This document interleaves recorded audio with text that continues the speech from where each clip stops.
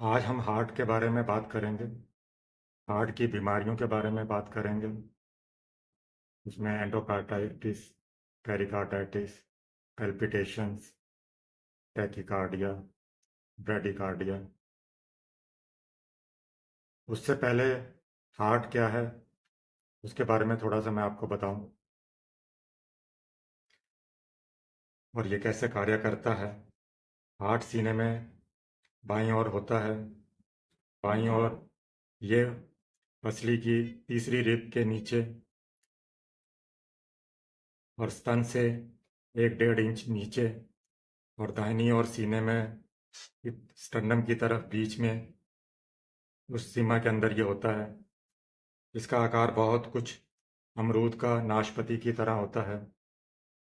Heart का जो base है निम्न भागों में बाएं स्तन के 1-1.5 इंच नीचे धक धक करता है। उस स्थान को एपेक्स कहते हैं। हार्ट के अंदर 4 कमरे, जिसे चैम्बर्स कहते हैं, होते हैं। ठीक जैसे ऊपर 2 और नीचे 2 कमरे होते हैं। ये 2 तला मकान की तरह होता है। जो दाहिना कमरा है उसे राइट ऑरिकल्स कहते हैं और बाएं कमरे को लेफ्ट ऑरिकल, और नीचे वाले दाहिने तरफ वाले को राइट वेंट्रिकल और बाएं कमरे को लेफ्ट वेंट्रिकल कहते हैं। ऊपर और नीचे 2 नलियां इसको जोड़ती हैं, superior vena cava, inferior vena cava. शरीर के भीतर दूषित रक्त पहले हार्ट के दाहिने कोष्ठ की तरफ प्रवेश करता है। प्रवेश के समय दाहिना जो राइट ऑरिकल है वह फैल जाता है, पर उसी समय फिर से वह रक्त बाहर निकाल देने के लिए ऑरिकल संकुचित होता है। इससे दूषित रक्त दाहिने कोष्ठ से निकलकर एक कपाट के भीतर से ट्राइकस्पिड वाल्व से निकलता है और नीचे वाले दाहिने कमरे जो राइट वेंट्रिकल है उसमें प्रवेश कर जाता है। वहाँ दाहिने कोष से एक नली निकलती है जिसे पल्मोनरी आर्टरी कहते हैं। ये वेंट्रिकल से में जब दबाव पड़ता है तो दूषित रक्त इस पल्मोनरी आर्टरी से लंग्स की तरफ चला जाता है और ये लंग में प्रवेश करके फेफड़ों में दूषित रक्त जो जाता है वो जब सांस में ली गई ऑक्सीजन के साथ में मिलकर उसकी सहायता से साफ और शुद्ध हो जाता है। सीने के दोनों तरफ दोनों फेफड़ों में 2-2 के हिसाब से 4 नलियां हैं जिसे पल्मोनरी वेन्स कहते हैं। इन चारों वेन्स की शिराओं के भीतर वह साफ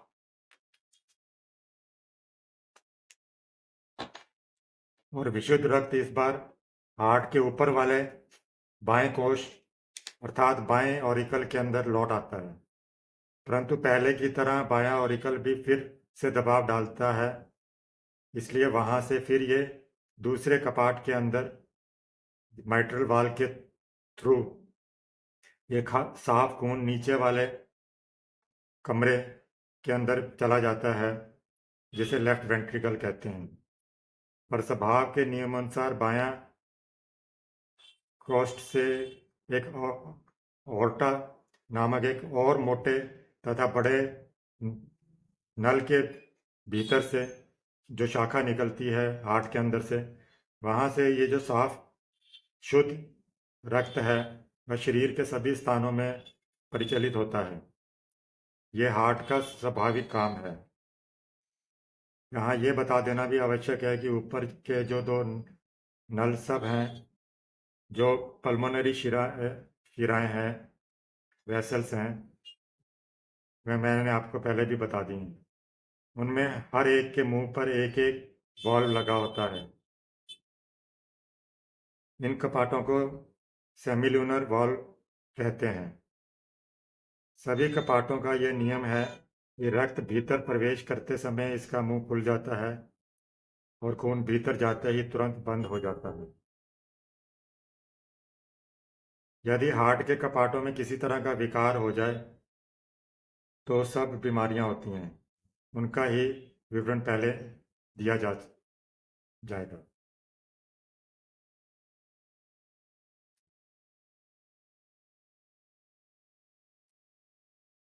वाल्व की बीमारियां, जिसे डायलिटेशन और हाइपरट्रॉफी ऑफ हार्ट भी कहते हैं, इस बीमारी में साधारणतः एक कारण जो हार्ट का चैम्बर्स हैं से अन्य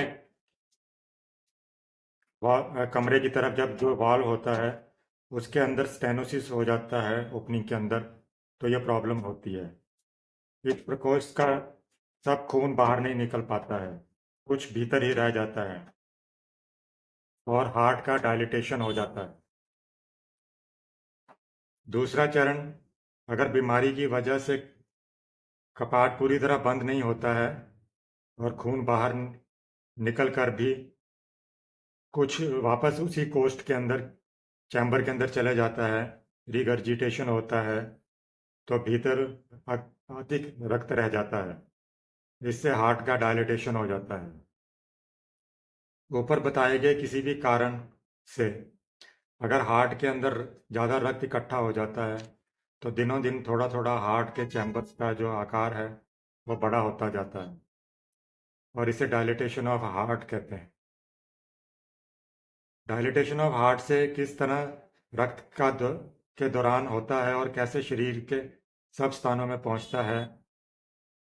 डायलिटेशन हो जाने पर मसल्स ऑफ जो हार्ट है उसके भीतर का जो खून है वह बाहर निकल देने के लिए पहले पीक की अपेक्षा और भी जोर से फैलती है और संकुचित होती है। ज़्यादा ताकत लगाने से हार्ट के अंदर धीरे धीरे मोटी थिक बड़ी होती जाती है और इसे हाइपरट्रॉफी ऑफ हार्ट कहते हैं।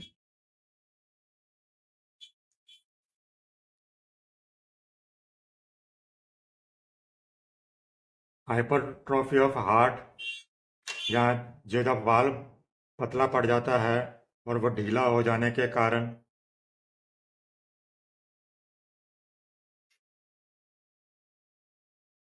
जब उसके अंदर हार्ट के अंदर रक्त ज़्यादा इकट्ठा हो जाता है और हार्ट के भीतर रक्त का सोता बहता रहता है, जो वॉल्व्स हैं वो संकरे पड़ जाने पर सारा खून बाहर नहीं निकल पाता। हार्ट के भीतर का कुछ अंश के अंदर वो रहता है, जब इससे हार्ट के भीतर बहुत ज़्यादा खून इकट्ठा हो जाता है और जो वाल्व हैं वो ढीले हो जाते हैं और खून बाहर रिसने लगता है या निकल जाता है और निकलने पर भी लौटकर उसी में वापस आ जाता है। उसी तरह हार्ट के भीतर खून का एक सोता भी बहता रहता है। उस समय हार्ट की पेशियां अपने तरफ से जोर से कॉन्ट्रैक्शन होता है, फिर डायलेट होती हैं और खून को बाहर निकालने की कोशिश करती हैं। उसे वो इस कमी को दूर करने के लिए कंपनसेशन करती हैं और इस खून के दौरान सर्कुलेशन कुछ ज़्यादा हानि नहीं पहुंचा पाता है। पर हार्ट की ये पेशी इस प्रकार ज़्यादा कार्य करने पर कुछ दिनों कुछ दिनों तक ही ये कार्य कर सकती है और वह फिर नॉर्मल भाषा में कहते हैं कि थक जाती है या कमज़ोर हो जाती है। तब शरीर के खून में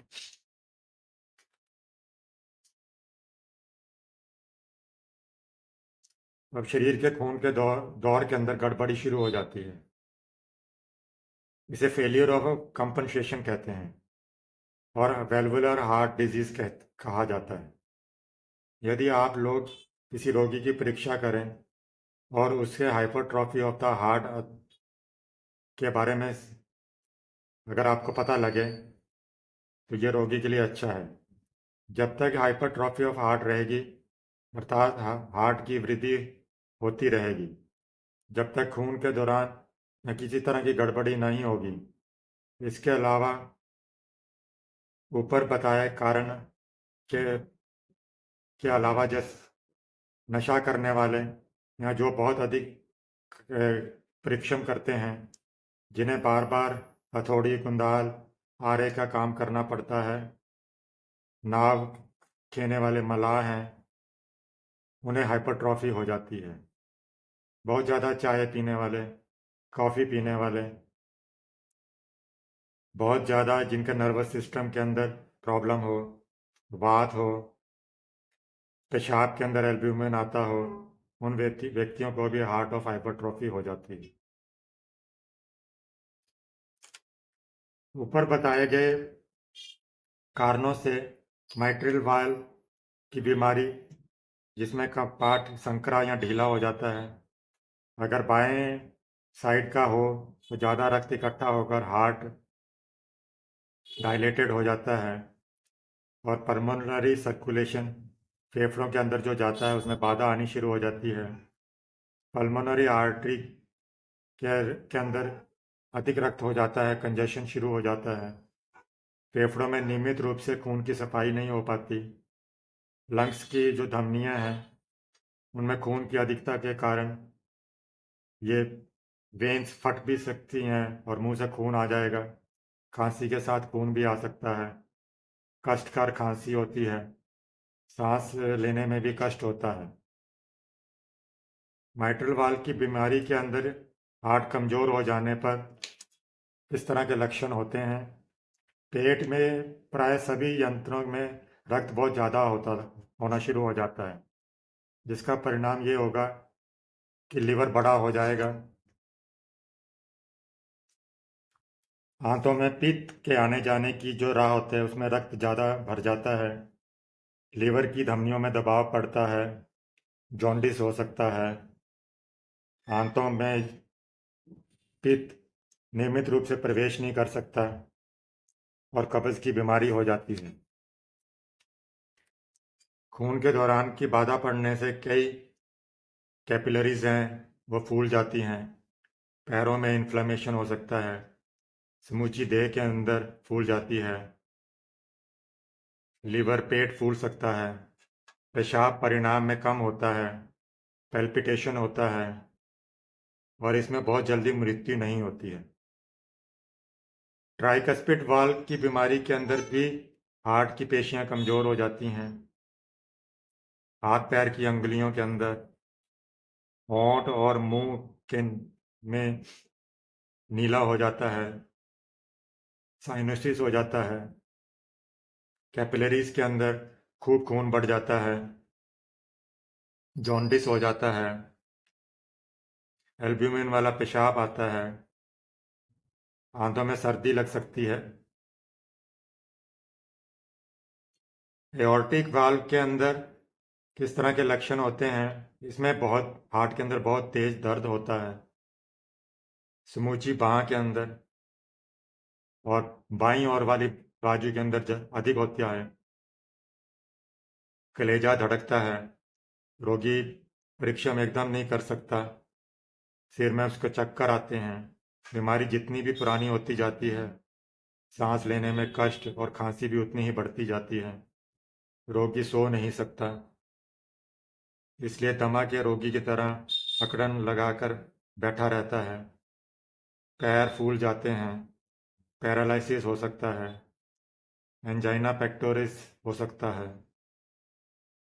हेमेच्यूरिया हो जाता है, पेशाब में रक्त निकलता है। इस बीमारी में रोगी बहुत जल्दी मर जाता है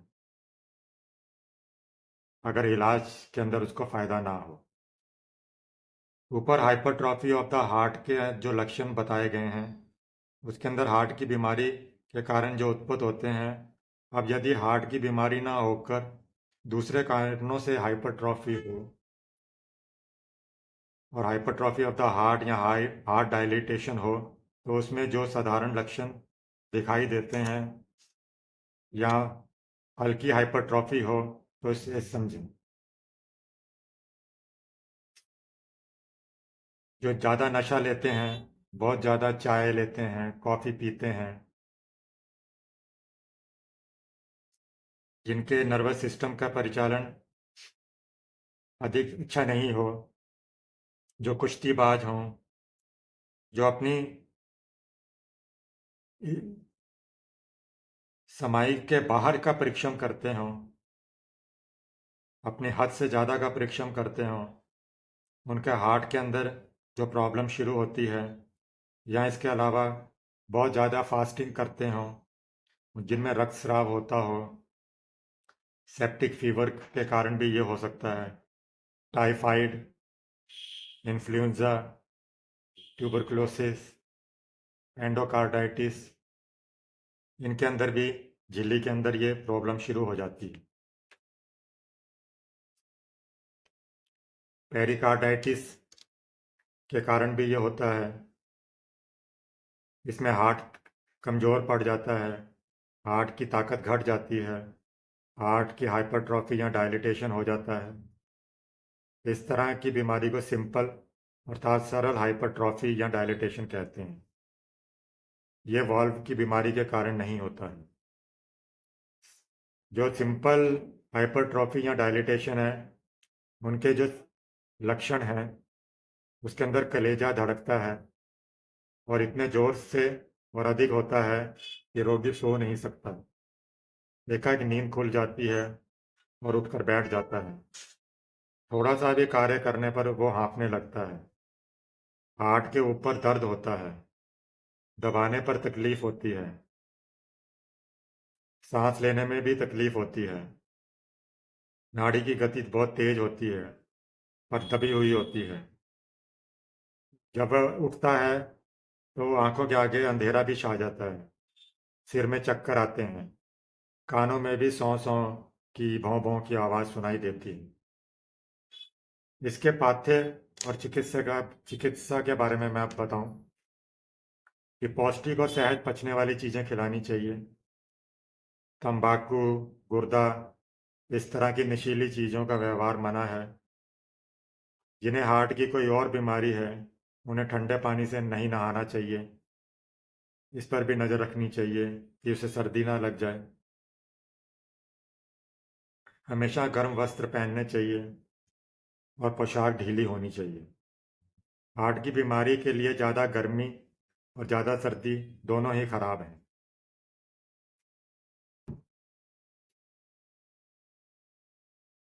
शाम सवेरे खुले मैदान में घूमना चाहिए, पर धीरे धीरे।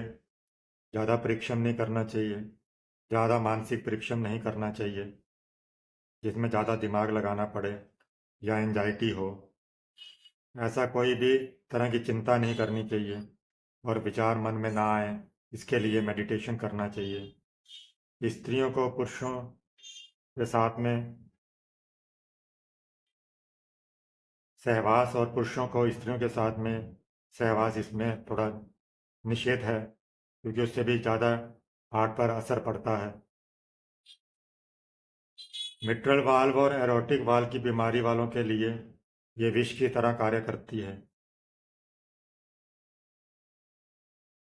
एरोटिक वाल्व की बीमारी वालों को सोने से भी नहीं उठने देना चाहिए। पखाना, पेशाब, खाना पीना सब बेड पर ही कराना चाहिए। रोगी को कोठा साफ होने के लिए हमेशा ख्याल रखना चाहिए। उसका लेटरिन का, कॉन्स्टिपेशन का ध्यान रखना चाहिए। माइट्रल वाल्व की बीमारी के अंदर जो पल्मोनरी वेन है, जो फेफड़ों में खून जाता है, उसमें वो अधिक हो जाता है। उसकी वजह से मुंह में खून भी निकल सकता है। इस तरह रक्त निकलने पर फायदे के अलावा की जगह हानि तो नहीं होती, लेकिन कंजेशन थोड़ा सा घट जाता है। इस अवस्था में रोगी एकदम विश्राम करने देना चाहिए। एकाएक रक्त बंद हो जाने की कोई चेष्टा नहीं करनी चाहिए। सिंपल हाइपरट्रॉफी या सिंपल हार्ट डायलिटेशन के रोगी को मेहनत करने से रोकना चाहिए। पाथ्य पर भी विशेष ध्यान रखना चाहिए। मांस, मछली, गरम मसालों का व्यवहार कम करना चाहिए। आलू, परवल, बैंगन, गूलर, कच्चा केला, साग सब्जियां इत्यादि, छेने का पानी, बेदाना, अंगूर का रस अधिक मात्रा में देना चाहिए। चाय, कॉफ़ी, शराब, नशीले पदार्थ एकदम त्याग देने चाहिए। रात को ज़्यादा नहीं जागना चाहिए। समुद्र की हवा में भी ऐसे रोगों को खूब आराम मिल सकता है। हार्ट बहुत ज़्यादा डायलिटेश हो जाए, अगर बहुत ज़्यादा डायलिटेट हो तो प्रायः हार्ट फेल होने के लक्षण दिखाई देते हैं। इस समय दवाई खाने का कोई विशेष फायदा नहीं होता है। इस अवस्था में रोगी को केवल विश्राम कराएं, पुष्टिकारक भोजन दें, मुर्गी का अंडा दे सकते हैं, इसका पीला और सफ़ेद सभी अंश दे सकते हैं। चीनी दूध अच्छी तरह मिलाकर रोज एक बार दें तो यह सहज ही उसे पच जाएगा और उसे पुष्टिकारक भी होगा। हाइपरट्रॉफी की जो औषधियाँ हैं वह तब तक रोगी को कोई विशेष नुकसान नहीं होता तब तक देते रहें। हाइपरट्रॉफी के अंदर हम लोग amyl nitrite, amyl nitrite, digitalis, arnica, ऑरमेट, ब्रोमियम, कैक्टस, आयोडीन, कैल्मिया,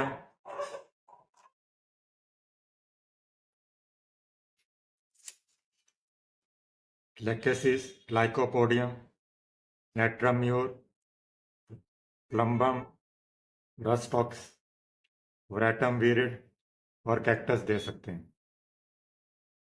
हार्ट की जो बीमारियों के कारण अगर क्षति पूरी ना हो, अर्थात जब हम हार्ट में बहुत ज़्यादा परीक्षण कर कमज़ोर हो गया हो, in period of broken compensation,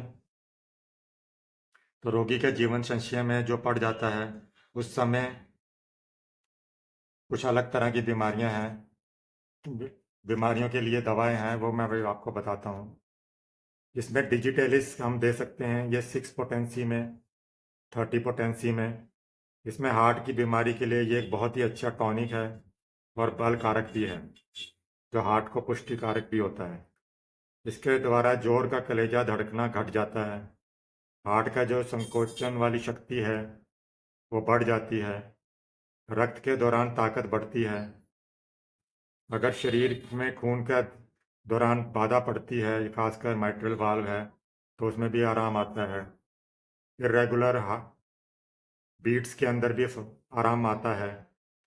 heart के अंदर जो इन्फ्लामेशन होता है उसके अंदर भी बहुत ज़्यादा असर करती है। डिजिटेलिस मदर टिंचर की 10 बूंदें आधा औंस डिस्टिल वाटर के अंदर मिला लें। तो जब तक पेशाब सरल पूर्वक ना होने लगे, मतलब जब खुलकर पेशाब आना शुरू हो जाए, तब तक आप डिजिटेलिस देते रहें। कार्डियक ड्रॉपसी के अंदर भी यह बहुत अच्छा असर करती है। तो 2-3 दिनों का प्रयोग लगातार कर सकते हैं, और जब पेशाब नॉर्मल हो जाए या ड्रॉपसी थोड़ी कमज़ोर हो जाए कार्डियक की, तो इसकी दवा को धीरे धीरे कम करते जाएं। अगर 24 घंटों के अंदर पेशाब की मात्रा बढ़ जाती है तो समझना होगा कि औषधि ने अपना कार्य करना शुरू कर दिया है।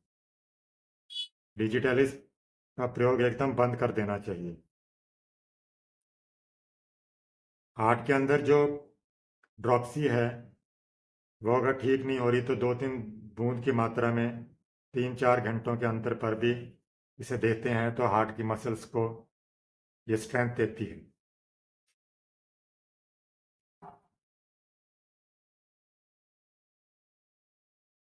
स्ट्रोफेंथस मेडिसिन है, ये भी डिजिटेलिस अगर ज़्यादा फायदा नहीं कर रही है तो इसे अवश्य ले सकते हैं। मदर टिंचर की 5 या 10 बूंदें की मात्राएं 4 घंटे के अंतर पर दे सकते हैं। कॉन्वेलेरिया मदर टिंचर जब डायलिटेशन होता है या हाइपरट्रॉफी हो रही है, और इसके लिए भी डिजिटेलिस के समकक्ष ही दवा है। इसके अंदर लंग्स के अंदर जो वेन्स जा रही हैं उनमें भी अगर रक्त अधिक हो जाए, सांस लेने में दर्द, सोते समय अगर ऑर्थोपेनिया हो, मानसिक द्वेष आते हों, तो ये बहुत अच्छी मेडिसिन कार्य करती है। कार्डियक ड्रॉपसी के रोगी के लिए भी ये बहुत बढ़िया दवा है। इस बीमारी के साथ अगर एल्बुमिनेरिया पेशाब में निकल रहा है, एल्बुमिन निकल रहा है, तो भी ये बहुत अच्छा फायदा करती है। इस मूल अर्क का 10-15 बूंदें आरंभ में देते हैं। औषधि का परिणाम बढ़ाते हुए कष्ट की अधिकता के अनुसार 2 या 3 घंटे के हिसाब से इसे रिपीट कर सकते हैं। एक नेरियम ओडोरम है, NERIUM ODORUM, nerium odorum mother tincture. इसके द्वारा भी बार बार अगर सांस लेने में प्रॉब्लम हो रही है तो वो घट जाती है। नाड़ी की गति नियमित होती है। पेशाब का परिणाम में वृद्धि होती है। ड्रॉपसी के अंदर सांस लेने में तकलीफ जो है, कलेजा जो धड़कता है, वह तकलीफें घटनी शुरू हो जाती हैं। इससे आंतों की क्रिया बढ़कर ये आराम दिलाती है। इस मदर टिंचर की 5 से लेकर 15 बूंद के हिसाब से चीनी या शुगर ऑफ मिल्क के अंदर या रोटी के साथ मिलाकर भी दे सकते हैं। दवा सेवन के आधा घंटा पहले या बाद में कोई भी जलीय पदार्थ ना दें। इयोनाइमस एक मेडिसिन है जिसका स्पेलिंग है EUONYMUS, मदर टिंचर। इसके द्वारा भी हार्ट की ये ताकत देता है। हार्ट के जो संकोचन शक्ति है उसे भी ये बढ़ाता है। हार्ट की बीमारी के साथ लीवर के अंदर जब खून ज़्यादा इकट्ठा हो जाता है, लीवर कंजेशन के अंदर, जॉन्डिस के अंदर भी ये बहुत लाभदायक है। एडोनिस वर्ना ये डिजिटेलिस और स्ट्रेफोंथिस की तरह ही समकक्ष दवा है। इसमें आर्टियल टेंशन बढ़ जाता है। एडोनिस अधिक मात्रा में सेवन करने पर हार्ट को जो जो डायस्टोलिक जो है और कभी कभी जो अतिसार है या के वगैरह वॉमिटिंग की जो प्रॉब्लम है उसमें वृद्धि हो सकती है। धमनी के प्रसारण शक्ति बढ़ने के साथ साथ पेशाब का वेग भी बढ़ जाता है। एडोनिस का सेवन हार्ट के साथ सांस लेने में जो कष्ट होता है, कार्डियक ड्रॉपसी है, वो भी घटनी शुरू हो जाती है। इसे मदर टिंचर के अंदर 5 से 10 बूंद की मात्रा में 3-4 घंटे के अंतर पर सेवन कर सकते हैं। छाती में दर्द के साथ और कलेजा जब ज़्यादा धड़क रहा हो, पेल्पिटेशन हो, हार्ट की बीमारी एक भीषण कष्टदायक हो जाती है। उसके अंदर ठंडे पानी या बर्फ़ के पानी की मोटी पट्टी छाती पर रख सकते हैं, तो इससे कई बार पेल्पिटेशन घट भी सकती है। कलेजे की तकलीफ के लिए एमाइल नाइट्रिक इसकी 2 या 3 बूंदें रुमाल में डालकर इनहेल करने पर सूंघने को भी दिया जाए तो लाभ होता है। एक छोटा बेल्स्तर का हार्ट के ऊपर का प्रयोग करने पर भी ये लाभ देता है।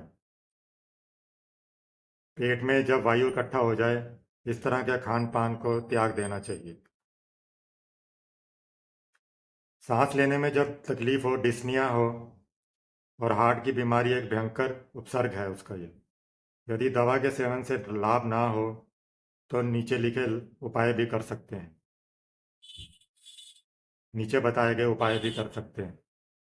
बहुत अधिक श्वास की तकलीफ के कारण अगर रोगी बहुत ज़्यादा बेचैन हो तो मॉर्फिया का प्रयोग करने में किसी चिकित्सक की सलाह ले सकते हैं। एमाइल नाइट्रेट का सेवन कर सकते हैं, उसे सूंघ सकते हैं। ठंडे पानी की मोटी पट्टी आइस बैग हार्ट के ऊपर रख सकते हैं। कार्डियक ड्रॉपसी के अंदर डिजिटेलिस हम लोग ले सकते हैं, इससे शोथ घटता है। एपोसाइनम कैनाबिस दे सकते हैं। लेटिरिस 2x के शक्ति के अंदर भी हर 2-3 घंटे के अंदर दे सकते हैं। अगर नौजिया वॉमिटिंग हो और इसकी तरह की गैस्ट्रिक प्रॉब्लम्स हो तो आर्सेनिक, एपिका, एसिड हाइड्रो क्रियोजोट दे सकते हैं। रोगी को बर्फ का टुकड़ा चूसने के लिए दे सकते हैं। दूध देने की ज़रूरत हो तो थोड़ा गर्म करके थोड़ा दूध दे सकते हैं। वाल्व की बीमारी के लक्षण और उसके भेद में कारण अलग अलग दवाएं हैं। जैसे एमाइल नाइट्रेट है 6x, हार्ट के भीतर मानो चिड़िया फड़फड़ा रही हो। उसके साथ ही गले की जो धमनी है कैरोटिड आर्टरी है, उसमें भी भयानक थ्रोबिंग होती हो। हार्ट की जगह पर बहुत ज़्यादा कंजेशन हो, बहुत ज़्यादा संकोचन हो, रोगी को बेचैनी दिखाई दे, चेहरे का रंग खून लाल हो, रोगी हमेशा ही हवा चाहता हो, हार्ट के चारों ओर हमेशा ही तकलीफ मालूम होती हो, उसकी वजह से कलेजा धड़कता हो, तो एमाइल नाइट्रेट 6x इंटरनल देते हैं और उसके साथ में सूंघने के लिए उसकी मदर टिंचर भी दे सकते हैं। आर्सेनिक 30-200 पोटेंसी में दे सकते हैं। हार्ट की जब क्षीण हो जाए, उसके अंदर ओडिमा हो, ड्रॉपसी हो, तो इसका प्रयोग कर सकते हैं। हार्ट में बहुत ज़्यादा दबाव मालूम होता हो, सांस लेने में तकलीफ हो, हार्ट के चारों तरफ मानो कस कर बांध दिया हो, उसके साथ बेचैनी हो, हार्ट में कंपाहट हो, थोड़े से कार्य करने पर भी कलेजा धड़कने लगता हो, तो आर्सेनिक दें। ऐसा फिटिडा 30 के अंदर देते हैं जब पेट के अंदर फूला हुआ हो, स्त्रियों के अंदर हिस्ट्रिया की बीमारी हो, तो ये बहुत ज़्यादा लाभदायक है। हार्ट के अंदर जब खूब कमज़ोर हो जाए और ज़ोर ज़ोर से वो धड़क रहा हो, मानो कांप रहा हो, तो बेहोशी की हवा हो, भाव हो, हार्ट के अंदर सुई गड़ने जैसा तेज दर्द हो, सीना वो कसकर पकड़ लेता है, तो ये मेडिसिन दे। कैक्टस 30 जब कलेजे की तेज धड़कन हो, उससे रोगी मानो उसका दम बंद हो जाए, ठंडा पसीना आता हो, हार्ट के अंदर संकोचन के भाव हो, ऐसा मालूम हो तो हो मानो उससे हार्ट बंद हो जाए और फिर वो थोड़ा सा धड़कन उसमें शुरू हो जाए, ऐसा मानो कि कोई कड़ा पदार्थ हार्ट के ऊपर रखा हुआ हो, छाती को बांध कर रखा गया हो, इसकी वजह से सांस लेने में तकलीफ हो, तो कैक्टस कैक्टस दें। डिजिटेलिस 30 के अंदर जब हार्ट क्षीण हो जाता है, नाड़ी कमज़ोर हो, हार्ट के अंदर मानो ऐसा लगता हो कि जैसे तूफान आ गया हो, हार्ट के अंदर हार्ट की क्रिया अभी बंद हो जाए, रोगी जोर जोर से सांस लेता है, थोड़ा भी हिलने डुलने पर छाती धड़कने लगती है, नाड़ी इसमें क्षीण होती है, तेज चलती है, शरीर ठंडा पड़ता है, चेहरा बदरंग हो सकता है, कार्डियक ड्रॉपसी हो जाती है, बाईं ओर सीने में कलेजे की धड़कन ज़्यादा होती है। ग्लोनाइन 30 जब हार्ट बीट बहुत ज़्यादा हो, ऐसा मालूम हो ये हार्ट अब फट ही जाएगा, कलेजे की धड़कन बहुत तेज गति से उंगली तक फैल जाए,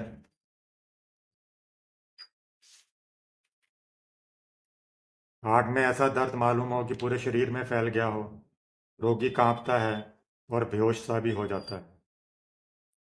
लाइकोपोडियम 200 इसे 30 में भी देते हैं।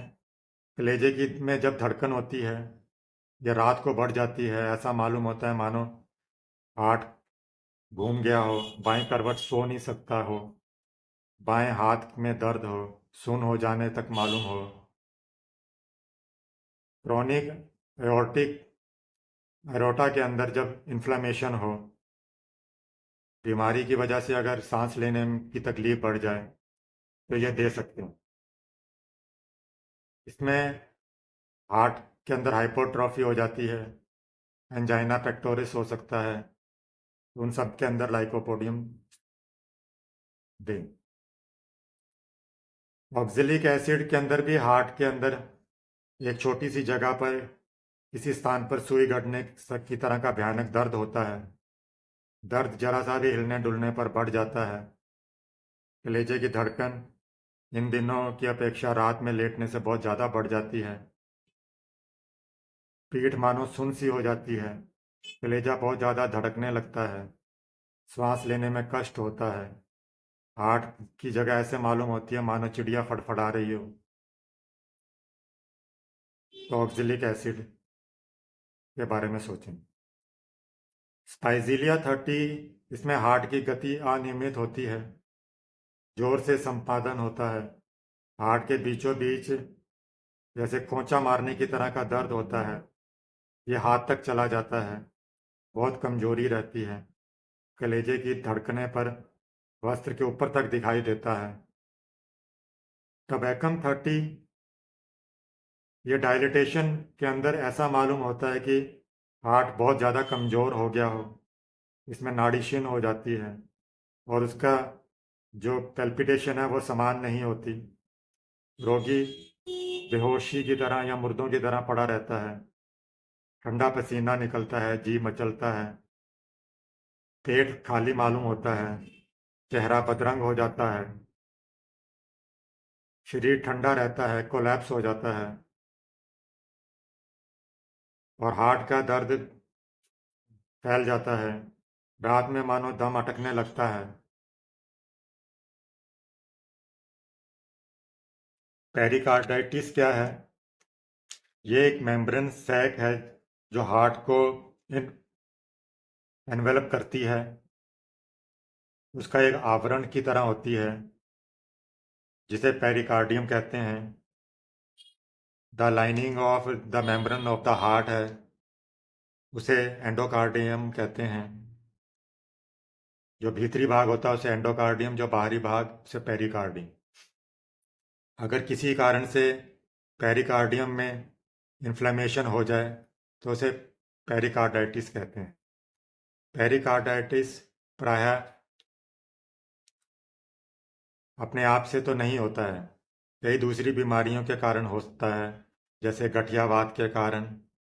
एल्बुमिन जब पेशाब में निकलता है, एल्बुमिनेरिया होता है, बहुत ज़्यादा पेशाब आता है, तो उनके कारण भी कई बार ये पेरिकार्डाइटिस हो सकता है। बाईं तरफ की जब प्लूरोनिमोनिया होता है, उसके कारण प्रेगनेंसी के बाद में भी पेरिकार्डाइटिस हो सकता है। पेरिकार्डाइटिस जो कवरिंग ओवर द हार्ट है, उसके भीतर पानी, रक्त, रस, पीप वगैरह हो सकती है, इकट्ठा हो सकती है। जब रक्त या पानी या पीप इकट्ठा होता है तो पेरिकार्डाइटिस विद इफ्यूजन कहते हैं। जब केवल फाइब्रिन उसमें रहते हैं, जैसे रक्त में गिरी या तांत की तरह के रेशेदार जो पदार्थ होता है, वो जब इकट्ठा होना शुरू हो जाते हैं तो इसे ड्राई फॉर्म ऑफ पेरिकार्डाइटिस कहते हैं। जब मनुष्य स्वस्थ होता है तो हार्ट और पेरिकार्डाइटिस अलग अलग रहते हैं। और अगर पेरिकार्डियम में जब इन्फ्लेमेशन होता है तो कभी कभी ये हार्ट के साथ में सट जाती है। और यदि ऐसा होता है तो इसे एडेसिव फॉर्म ऑफ पेरिकार्डाइटिस कहते हैं। इसकी परीक्षा किस तरह से की जा सकती है? नाड़ी की गति तेज होती है, कलेजा धड़कता है। ऑस्कल्टेशन के अंदर ऐसा लगता है कि जैसे जब तक पानी नहीं इकट्ठा हो जाता तब तक फ्रिक्शन साउंड रहती है। और हार्ट के अंदर लब डब की आवाज़ जो है फ्रिक्शन साउंड के ऊपर सुना जाता है। ये फ्रिक्शन साउंड दाहिने तरफ और बेस की तरफ पाया जाता है। परकशन के द्वारा भी हम लोग इसे पता कर सकते हैं। जब पानी या पीप वगैरह ज़्यादा हो जाए तो डल साउंड आती है। पेरिकार्डाइटिस के साधारण लक्षण हैं कि इसमें हार्ट के ऊपर बहुत तेज दर्द होता है। दर्द सीने से बाएं हाथ की तरफ चला जाता है। हार्ट के ऊपर का जो हिस्सा है उसमें भयानक कष्ट होता है। श्वास लेने में और छोड़ने में परेशानी होती है। पानी इकट्ठा हो जाने पर और ज़्यादा होती है। इसमें नाड़ी का संपादन ठीक नहीं रहता। इसकी चिकित्सा और पाथ्य क्या है? इकट्ठा हुआ पानी या कलेजे का दर्द घटाने के लिए पहले गर्म पोल्टिस जल्दी जल्दी लगानी चाहिए।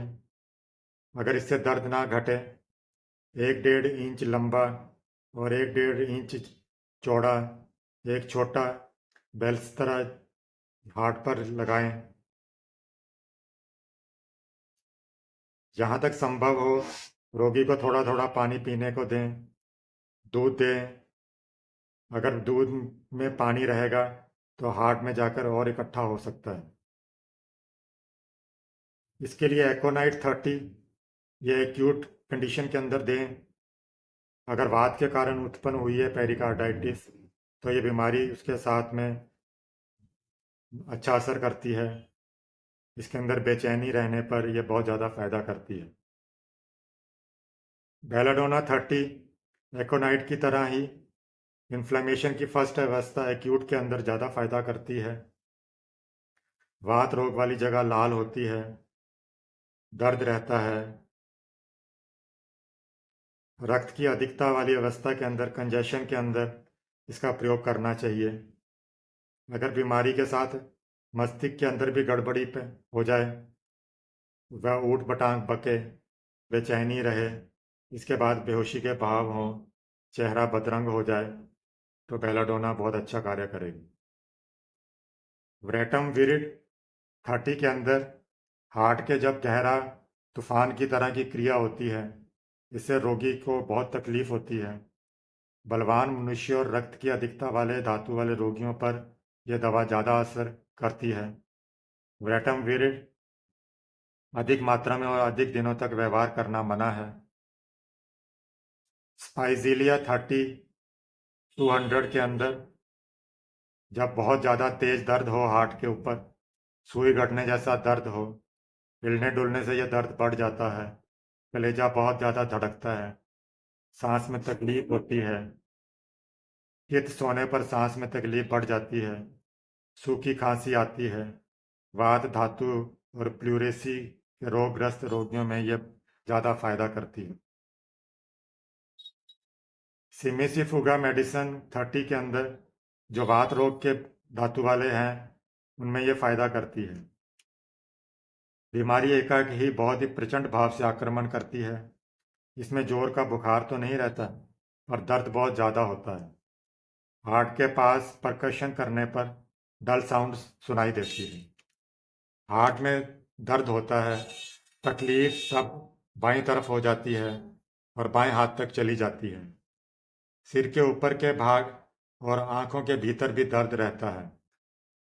हार्ट के चाल है वो भी अनियमित हो जाती है। ऐसा दर्द ऐंठन और सुई गाड़ने की तरह होता है और एकाएक दर्द पैदा होता है। कैल्मिया 30 200 में लें। ये भी वात रोग के अंदर काम करती है।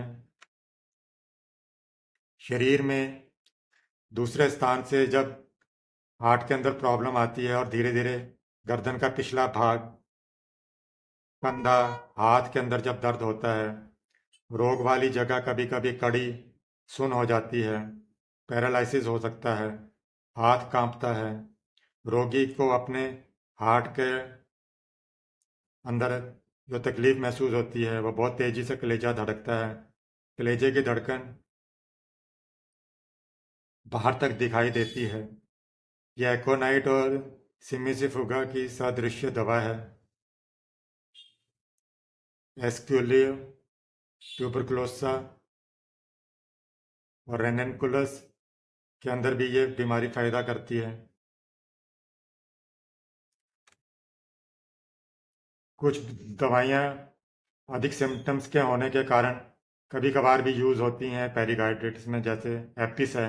इस रोग के साथ साधारण शोध होता है, सूजन है, पेशाब कम है, हार्ट के अंदर जख्म की तरह का दर्द हो, तुबन हो, कोलचिकम पहले वात का बहुत तेज दर्द होता हो, उसके बाद में हार्ट पे जब आक्रमण होता है, में थोड़ा बुखार होता है, इसमें चर्म रोग भी हो सकते हैं। पसीने से तर रहता है। नाड़ी क्षीण और तेज रहती है। हार्ट के अंदर तेज दर्द, सांस लेने में कष्ट और कैक्टस की तरह मालूम होता है, मानो हार्ट को लोहे की पट्टी से कसा गया हो, मानो किसी ने हार्ट पर दबाव डाल रखा हो या फिर थोड़ी देर बाद उसे छोड़ता हो। ऐसे लक्षणों के अंदर कोल्चिकम दे सकते हैं। काली आयोड ये 5 से 10 ग्रेन के अंदर रोज 3-4 बार दे सकते हैं। लगातार सांस के अंदर जो कष्ट बना रहता है, साबुन के फैन की तरह का जो बलगम होता है वो निकलता है इसमें, उसमें आराम आता है। डिजिटलिस या के साथ में इसे व्यवहार कर सकते हैं। कैक्टस के अंदर भी, हार्ट के अंदर जब प्रॉब्लम हो तो ये बहुत अच्छी दवा है। सल्फर के अंदर हार्ट का ड्रॉपसी आरोग्य जब हो जाती है, उसके कारण भी जब परिणाम पाया जाता है, उसके बाद में भी अगर सिम्टम्स रहते हैं तो उस बीमारी की पुरानी अवस्था के अंदर ये ज़्यादा फायदा करती है।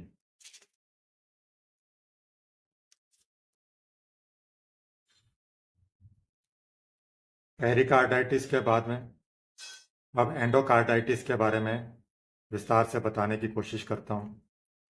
ये लाइनिंग ऑफ द कैविटीज है, एंडोकार्डियम, और उसके बाहर जो एंडोकार्डाइटिस है उसके अंदर जब इन्फ्लामेशन शुरू हो जाए तो ये बीमारी अपने आप उत्पन्न नहीं होती है। वैसे तो अधिकांश स्थानों में यह वात का जब रोगी होता है तो उसके अंदर ये साइड के अंदर ये प्रॉब्लम भी हो सकती है। निमोनिया के बाद में, ट्यूबरकुलोसिस के बाद में, टॉन्सिलाइटिस के बाद में,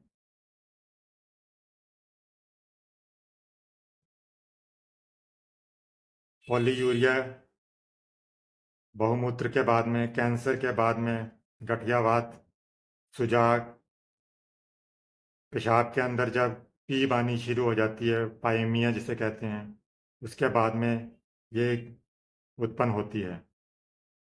एंडोकार्डाइटिस के अंदर हार्ट के भीतर वाला जो आवरण होता है और जो वाल्व होते हैं उसके ऊपर जो कवर ऑफ वाल्व होता है, छोटे छोटे मांस की तरह एक तरह से वेजिटेशन या वार्टी वेजिटेशन ऑफ द वाल्व्स पैदा होना शुरू हो जाते हैं।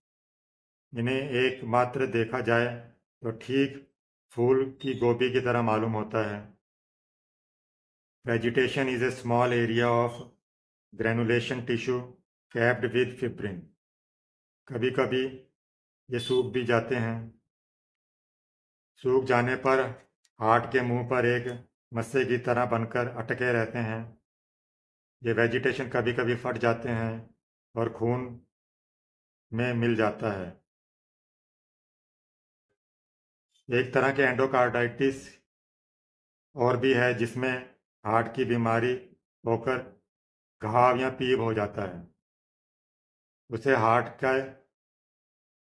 छेद हो जाते हैं और घाव के कारण जो पॉइजन है वो शरीर में फैल जाता है और फोड़े की तरह मिलियरी एब्सेस उत्पन्न हो जाते हैं और वो पकते हैं। इस प्रकार की जो बीमारी है उसके अंदर एंडोकार्डियम की बीमारी होती है। वात प्रभृति वाले जो लोग हैं उनके अंदर ये उपसर्गों के अंदर ये गौण रूप से तो नहीं होती, पर यह एक बड़ी प्राणघातक बीमारी है। इसे अल्सरेटिव एंडोकार्डाइटिस भी कहते हैं।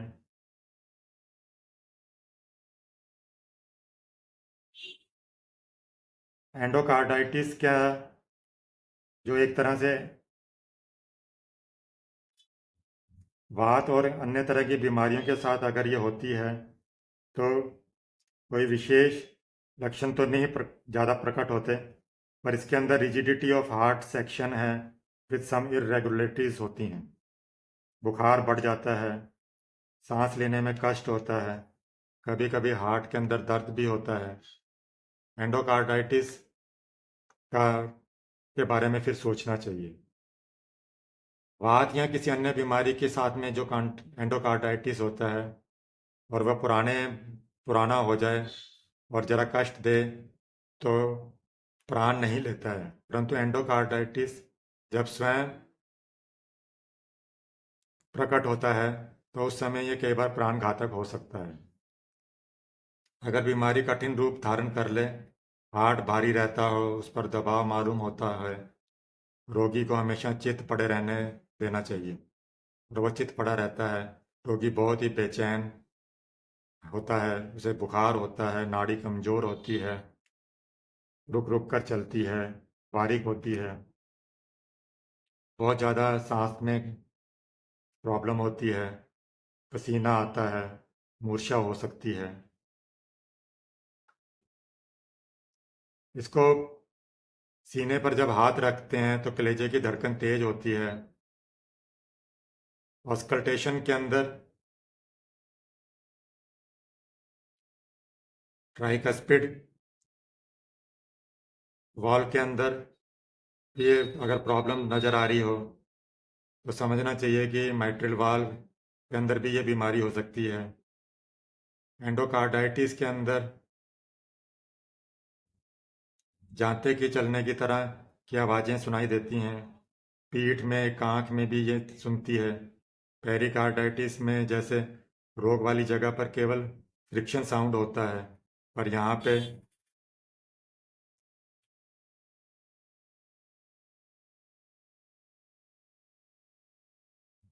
जांते की तरह चलने वाली आवाज़ सुनाई देती है। एंडोकार्डाइटिस के पाथ्य में रोगी को प्रबल अवस्था में केवल दूध देना चाहिए। मांस का शोरबा, जूस आदि एकदम मना है। गर्म पानी थोड़ा थोड़ा नींबू के रस के साथ में देते रहें। रोगी को 2 या 3 महीने तक बेड रेस्ट करने की सलाह है।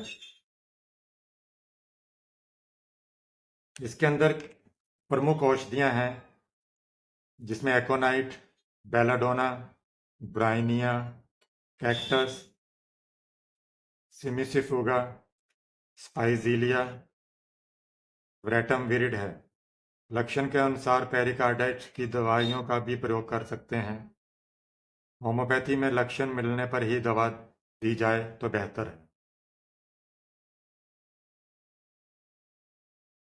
मैलिग्नेंट और अल्सरेटिव एंडोकार्डाइटिस के अंदर आर्सेनिक, लेकेसिस, फॉस्फोरस, क्रोटलस दे सकते हैं।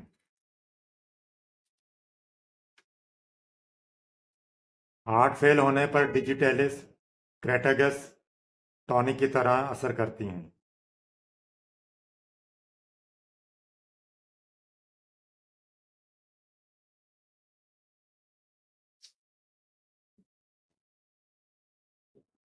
एंडोकार्डाइटिस के अंदर अन्य दवाएं हैं, जैसे aconite, ammonium carb, apocynum, arnica, arsenic, arsenic iod, aurum, camphor, carbo animal, carbo veg, causticum, cimicifuga, coffea, crocus, crotalus, digitalis, gelsemium, glonoinum, glonoine, आइबेरिस,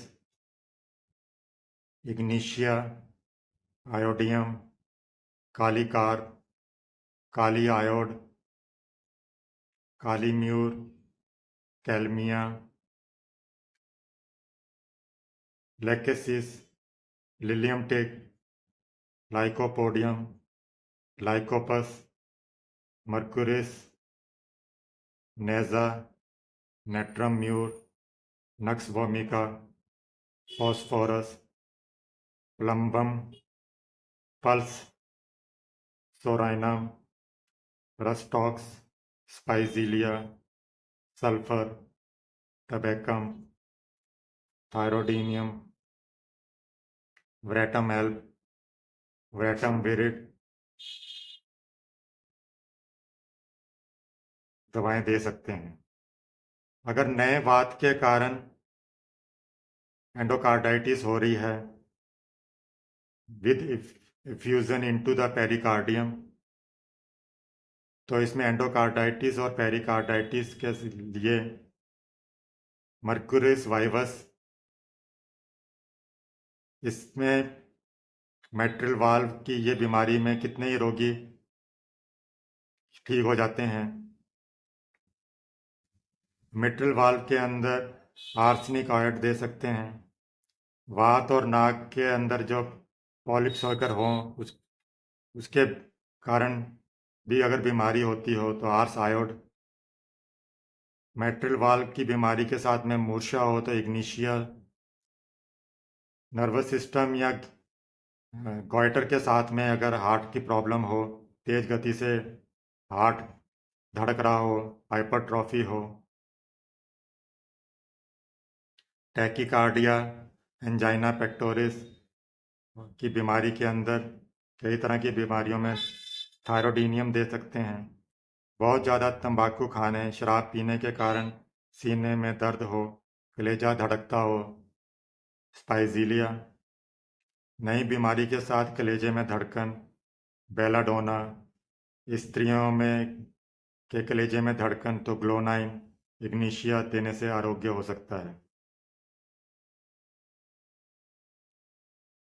fatty heart के लिए आर्निका दे सकते हैं।